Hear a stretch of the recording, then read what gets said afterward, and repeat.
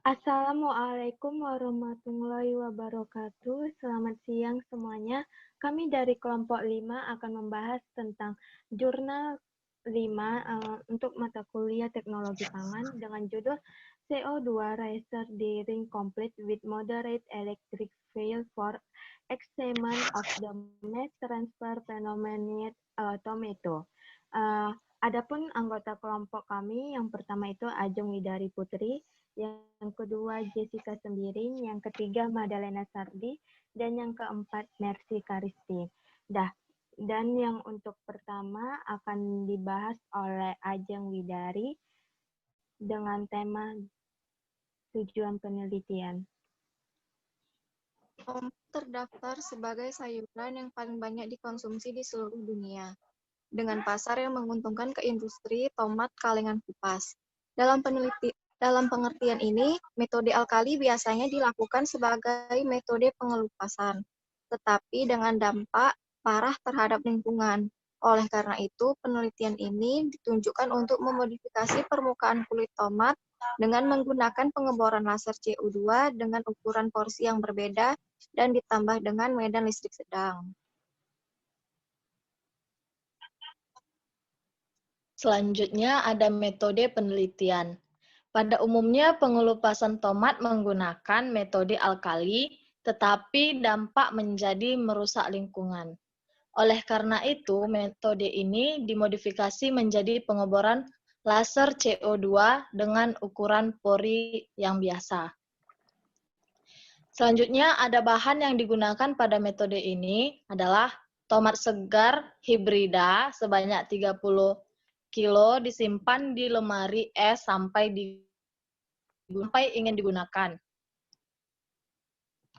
Selanjutnya ada reagen kimia menggunakan natrium hidroksida dengan kemurnian kurang dari 98%, kemudian berfungsi sebagai reagen pengupas pada konsentrasi antara 0,1% dan 0,5%.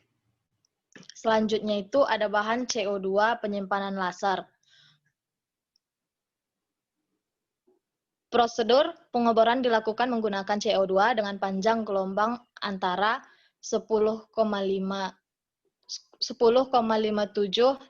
dan 10,63. Selanjutnya ada perangkat ruang difusi. Digunakan pengukuran difusitas untuk memisahkan dua cairan dengan kondisi isotropik dan campuran sempurna dalam satu dimensi melalui ketebalan sampel. Selanjutnya ada bahan penentuan konsentrasi NaOH untuk memastikan pengukuran pH yang stabil setelah dilakukan pengukuran, kemudian untuk mengembalikan sampelnya ke fase reseptor untuk mempertahankan tingkat cairan yang dikonstan. Selanjutnya ada bahan estimasi difusi efektif atau DEF. Pada nilai koefisien difusi efektif atau DIF diperkirakan tidak di keadaan difusi pada suhu konstan. Selanjutnya ada bahan penentuan sifat termal. Pemindaian diferensial yaitu proses pada sebelum pengukuran, sebelum semua sampel ditimbang, dan sesudah pemanasan untuk memastikan tidak terjadinya perubahan massa. Selanjutnya ada analisis statistik.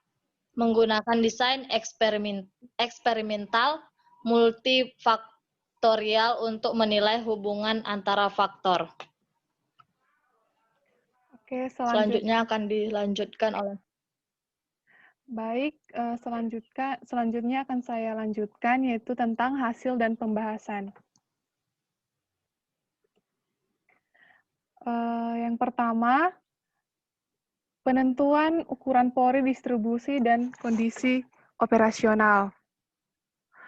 Yang pertama, kondisi operasional CO2 pengeboran laser ditentukan untuk mendapatkan perbedaan signifikan dalam diameter pori antara perlakuan keseragaman maksimum nilai diameter dan kedalaman non-kotak relatif terhadap pulp.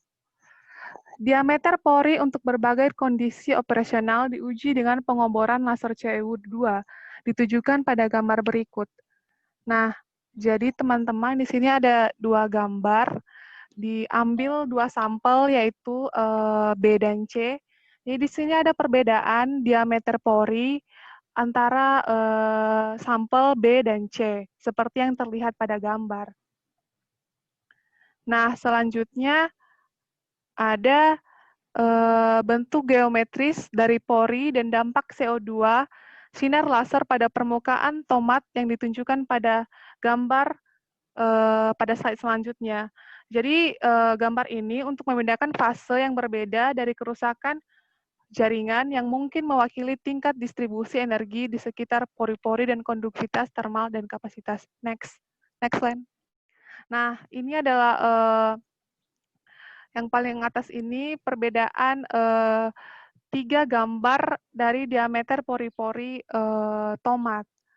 Jadi ada perbedaan dari pores number, pores density, dan distribution, lalu ada total input energi.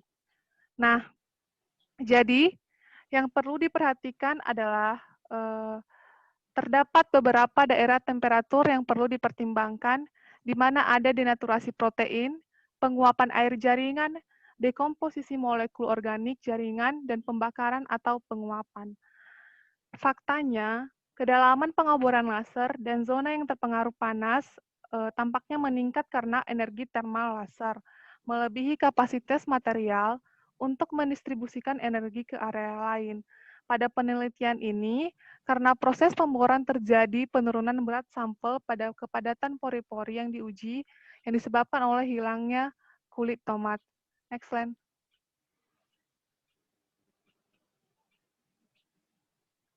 Bentar ya.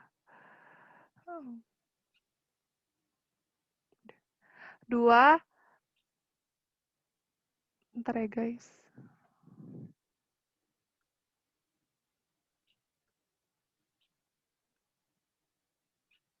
2. Estimasi koefisien difusitas efektif atau DEF NaOH di seluruh kulit tomat. Nah, nilai DEF yang diperoleh untuk sampel kontrol pada konsentrasi NaOH kira-kira berbanding lurus ketika konsentrasi NaOH meningkat, dikaitkan dengan nilai difusivitas dan menjadi tidak bergantung pada konsentrasi NaOH. Hasil yang diperoleh untuk DEF nilai pada kulit tomat dengan perlakuan awal digambarkan pada tabel berikut. Jadi di sini ada hasil dari DEF nilai pada kulit tomat pada perlakuan awal.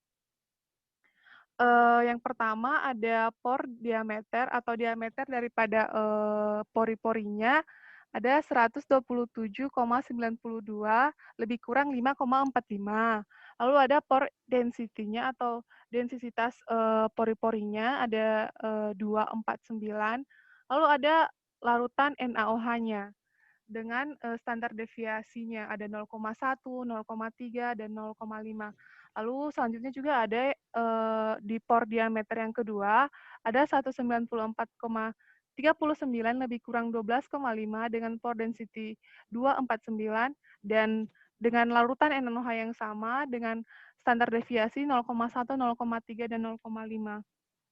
Jadi di sini ada kontrol ditambah dengan MEF dan hasilnya seperti yang terlihat pada gambar.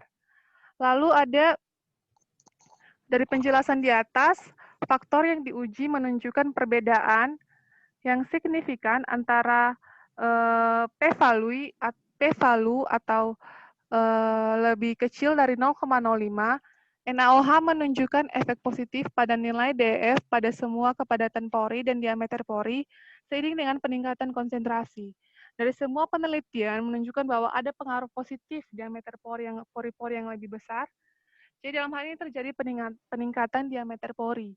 Koefisien difusi efektif untuk kulit yang dibor berkisar antara 4 kali 45 kali 10 sampai 11 dan 24,95 kali 10 sampai 11 meter kuadrat S1 pada 60 derajat Celcius dengan nilai P-value lebih kecil dari 0,05. Jadi dari estimasi koefisien ini didapatkan hasil bahwa terjadi peningkatan diameter pori pada tomat.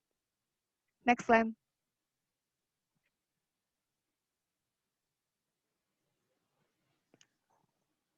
Selanjutnya, oke, 3, nomor 3. Oke.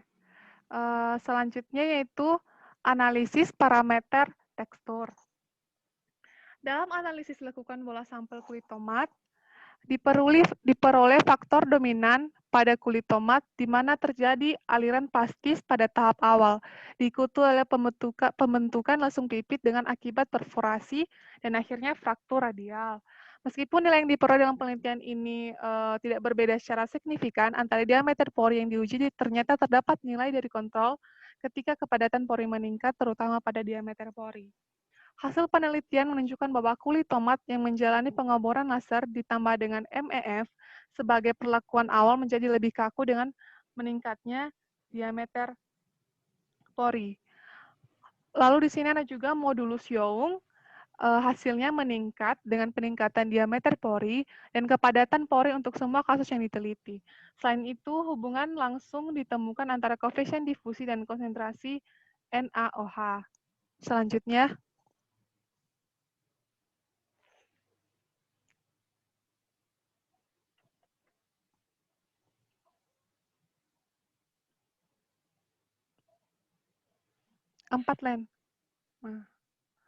Selanjutnya 4 DSC. Jadi, sifat termal kulit tomat ini dianalisis dengan DSC, sebagian besar dalam kisaran 40 hingga 200 derajat Celcius. Jadi, sifat termal ini maksudnya pemanasan untuk kulit tomat. Perilaku termal kulit tomat ini secara khusus diwakili oleh fase orde pertama transisi. Analisis komparatif untuk suhu lebih tinggi dari 50 derajat Celcius tidak mungkin dilakukan karena terbatasnya informasi dalam literatur. Nah, seperti yang terlihat pada grafik ini, hasil menunjukkan nilai kalor spesifik atau CP untuk kulit tomat menunjukkan adanya perilaku berkelanjutan di semua rentang suhu yang dipelajari dengan nilai antara 3,6 dan 5,3 Joule gram min 1 derajat Celcius meningkat tajam antara 35 dan 40 derajat Celcius dan hampir linear karena suhu meningkat dari 40 menjadi 180 derajat Celcius. Demikian juga pada suhu lebih tinggi dari 180 derajat Celcius, CP nilai meningkat lagi. Selanjutnya akan dilanjutkan oleh Madalena kesimpulan.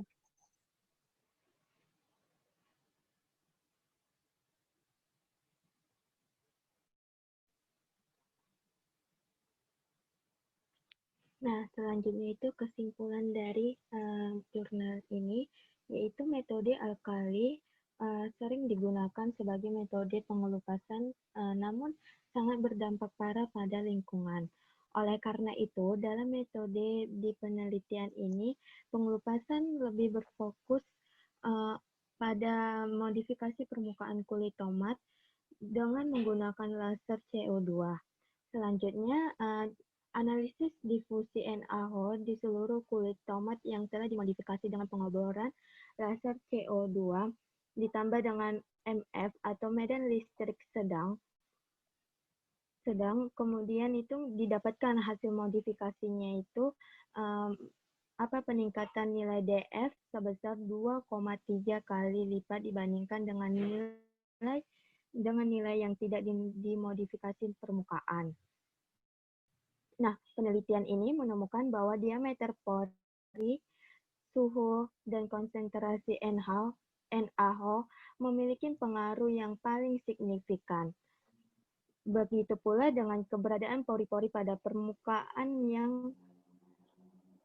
tomat yang menyebabkan penurunan parameter tekstur yang mengacu pada sampel kontrol 30 hingga 95% yang terkait dengan pengelupasan kulit setelah terpapar pada perawatan. Yang berarti proses pengangkatan ini lebih mudah. Nah, keuntungan dari metode pengoboran laser CO2 ini, yaitu metode ini dapat mengurangi terjadinya kontaminasi mikroba, kimia, dan fisik secara umum, karena dalam metode ini tidak ada kontak fisik secara langsung. Dan metode ini juga membuat waktu pengupasan kulit itu menjadi singkat dan tidak berdampak buruk terhadap lingkungan dan dapat menghemat energi. Selain itu, hasil yang diperoleh dari analisis DSC menunjukkan adanya hubungan linier antara CP dan suhu dalam kisaran yang diuji, berguna untuk